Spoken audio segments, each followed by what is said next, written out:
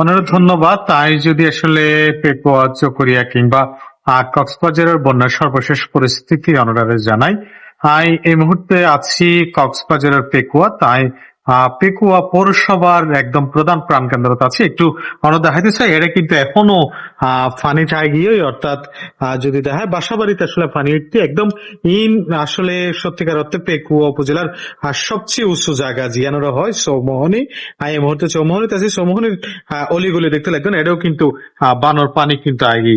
এছাড়া যদি কক্সবাজারের সার্বিক পরিস্থিতি অনরা জানাই, সার্বিক পরিস্থিতি যদি অনরা জানাই যে কক্সবাজারত আসলে আজিয়া বৃষ্টিপাতের হারণে আসলে বন্যা পরিস্থিতির কিছুটা অবনতি থামি থামি আসলে বৃষ্টিপাত অব্যাহত আসেন, কিন্তু আসরের পরত্তন আরা দেখি বৃষ্টিপাত কিছুটা কমে এসে, অর্থাৎ এখন অনেকটা বৃষ্টিপাত থামবে। এছাড়া যদি আমি অনুরোধ হই যে গত হালিয়া আরা দেখি যে অজ্ঞ কিশোর বানর পানি মেজি বাই গেল গই ভাই জিবারে পরে আর আজিয়া প্রায় 23 ঘন্টা পর তেরে উদ্ধার করাইয়ে বড় তোলেন।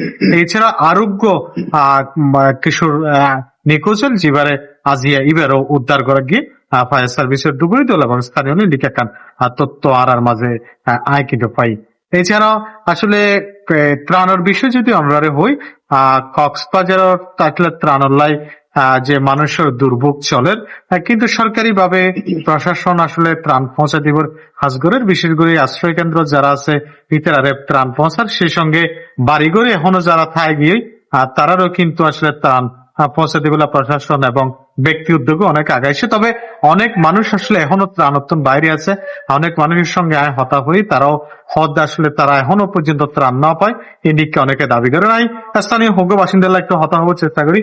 আর মাঝে একজন আছে উজনটিয়ার বাসিন্দা, জিয়ান আসলে পেকুয়ার প্রত্যন্ত অঞ্চলে যেহেতু সাগর পারত আছে উজনটিয়ার একজন সচেতন বাসিন্দা একটু হতা হওয়ার চেষ্টা করি। ওনার উজনটিয়ার আসলে এখন ওর প্রকৃত অবস্থা কি বন্যার?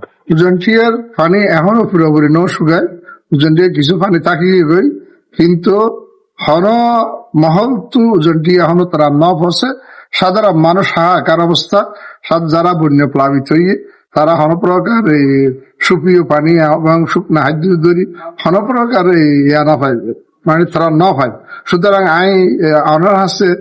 সি প্লাজার মাধ্যমে অনুরোধ করলাম হালকা পাতলা কিছু আর স্থানীয় ভাবে দিলেও আর সহ মিলিয়ে আরো কিছু ত্রাণ, পর্যাপ্ত ত্রাণের প্রয়োজন। কিছু ত্রাণ যদি সি প্লাজার মাধ্যমে আর এলাকা প্রশাসনিক ভাবে যায়, আর বেশি আন্তরিক ভাবে খুশি হই।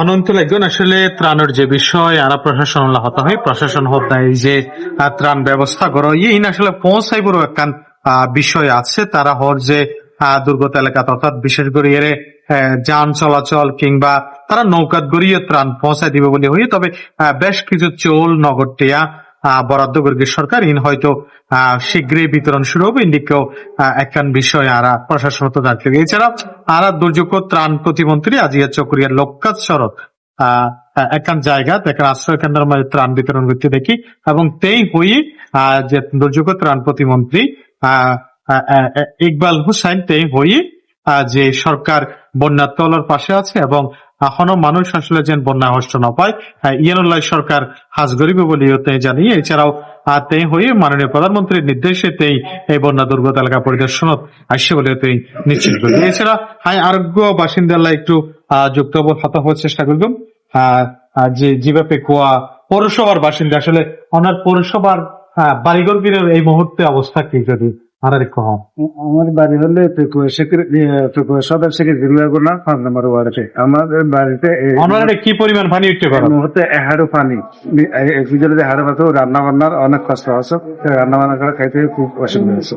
এখানে রান্না বান্নার সমস্যা, অর্থাৎ খাবার সমস্যা, রান্না বান্নার অন্য আসলে যে রান্না বান্নার যে বিষয়, অর্থাৎ চুলাডুবি জঙ্গলের কারণে বিশেষ করে কক্সবাজারের বন্যা পীড়িত মানুষ আসলে হষ্ট হয়। তবে মানুষ এখনো পানিবন্দী অবস্থা আছে।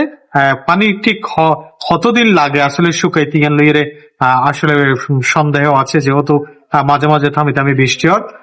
তবে মানুষ দাবি করে তারা যেন দ্রুত ত্রাণ পায় এবং যেন সুষম ভাবে বন্টন হয়, ইয়ানে দাবি করেন মানুষ। এই আছিল আসলে কক্সবাজারের বন্যা পরিস্থিতির সর্বশেষ।